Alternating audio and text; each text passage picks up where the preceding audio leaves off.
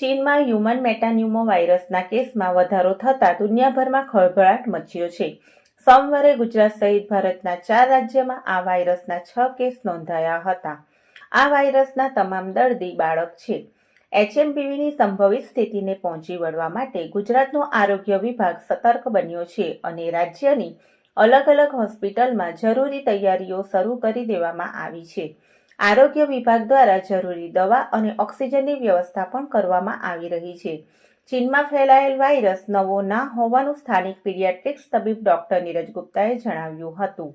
આ વાયરસ નવો નથી, જૂનો જ વાયરસ છે. સૌથી પહેલા 2001માં આવો કેસ જોવા મળ્યો હતો.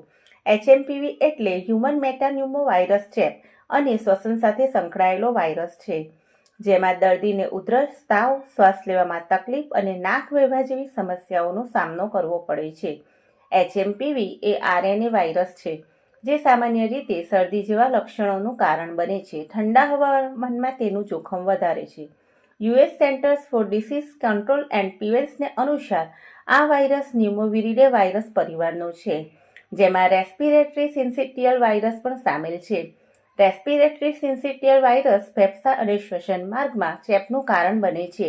તે એટલું સામાન્ય છે કે મોટાભાગના બાળકો 2 વર્ષથી ઉંમર સુધીમાં આ વાયરસથી પ્રભાવિત થાય છે. સૌથી વધુ અસર 5 વર્ષથી ઓછી ઉંમરના બાળકો અને 65 વર્ષથી વધુ ઉંમરના વૃદ્ધો, ખાસ કરીને પ્રીમેચ્યોર બાળકો પર પડશે. ઉપરાંત જે લોકોની રોગ પ્રતિકારક શક્તિ નબળી હોય અથવા અસ્થમા જેવા શ્વાસ સંબંધી રોગો હોય તેમને થઈ શકે છે. તો આ વાયરસથી ડરવાની જરૂર નથી, થોડી કાળજી રાખવાની જરૂર છે. જેના માટે આપણે ભીડભાડવાળી જગ્યાએ જવાનું ટાળવું જોઈએ, માસ્કનો ઉપયોગ કરવો જોઈએ, વારંવાર સાબુથી હાથ ધોવા જોઈએ અને સંક્રમિત લોકોના સંપર્કમાં આવવાનું ટાળવું જોઈએ. આ ઉપરાંત શ્વસન તંત્રની કોઈ તકલીફ જણાય તો નજીકના આરોગ્ય કેન્દ્રનો સંપર્ક કરવો જોઈએ. આ વાયરસને લઈ સરકાર દ્વારા જે તે ગાઈડલાઈન તૈયારીઓ કરાઈ છે તે મુજબ આરોગ્ય વિભાગે વ્યવસ્થા ઊભી કરી છે.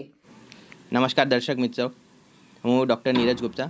આપણે આજકાલ જોઈ રહ્યા છીએ ન્યૂઝમાં બહુ હ્યુમન મેટાન્યુમો વાયરસ વિશે બહુ ભય ફેલાઈ રહ્યો છે. તો એની વિશે માહિતી આપવા હું અહીંયા એક અવેરનેસ વિડીયો આપું છું.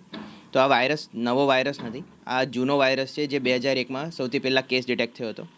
અને જનરલી આ બધા વાયરલ ઇન્ફેક્શન કે જે બી સાધારણ શરદી ખાંસીના ઇન્ફેક્શનો હોય, આ જનરલી વિન્ટર સિઝનમાં કે જ્યારે વિન્ટર સિઝન પછીનો સ્પ્રિંગ સિઝન હોય એમાં આ બધા વાયરસીસ વધારે ફેલાતા હોય છે.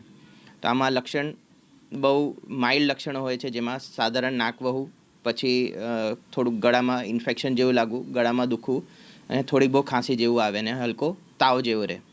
હવે નવજાત શિશુ કે 6 મહિનાથી ઓછા બાળકોએ જેની રોગપ્રતિકારક શક્તિ ઓછી હોય, કે મોટી વયના વ્યક્તિઓ જેની ઉંમર 65 કરતાં વધારે હોય, કે ઇમ્યુનોકોમ્પ્રોમાઇઝ સ્ટેટ હોય, કે પ્રેગ્નન્સી સ્ટેટ હોય, કે અત્યારે ડિલિવરી કરી હોય, એવા બધા ઇમ્યુનોકોમ્પ્રોમાઇઝ સ્ટેટમાં આ બીમારી થવાના ચાન્સીસ વધારે હોય.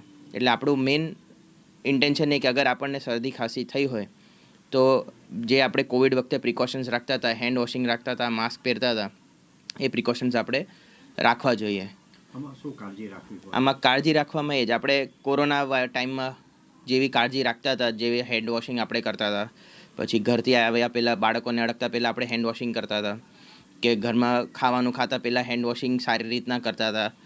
એટલે બહુ વધારે પડતું કાળજી રાખીને કરતા તે આપણે પાછી કાળજી રાખવી જોઈએ. આપણે કોરોના વાયરસમાં જે આપણે વચ્ચે સેફ ડિસ્ટન્સિંગ રાખતા હતા, પછી સોશિયલ ડિસ્ટન્સિંગ રાખતા હતા, એ બધું આપણે ફરીવાર એક રિમાઇન્ડર કોલ તરીકે છે જે આપણે યાદ રાખીને કરવું જોઈએ.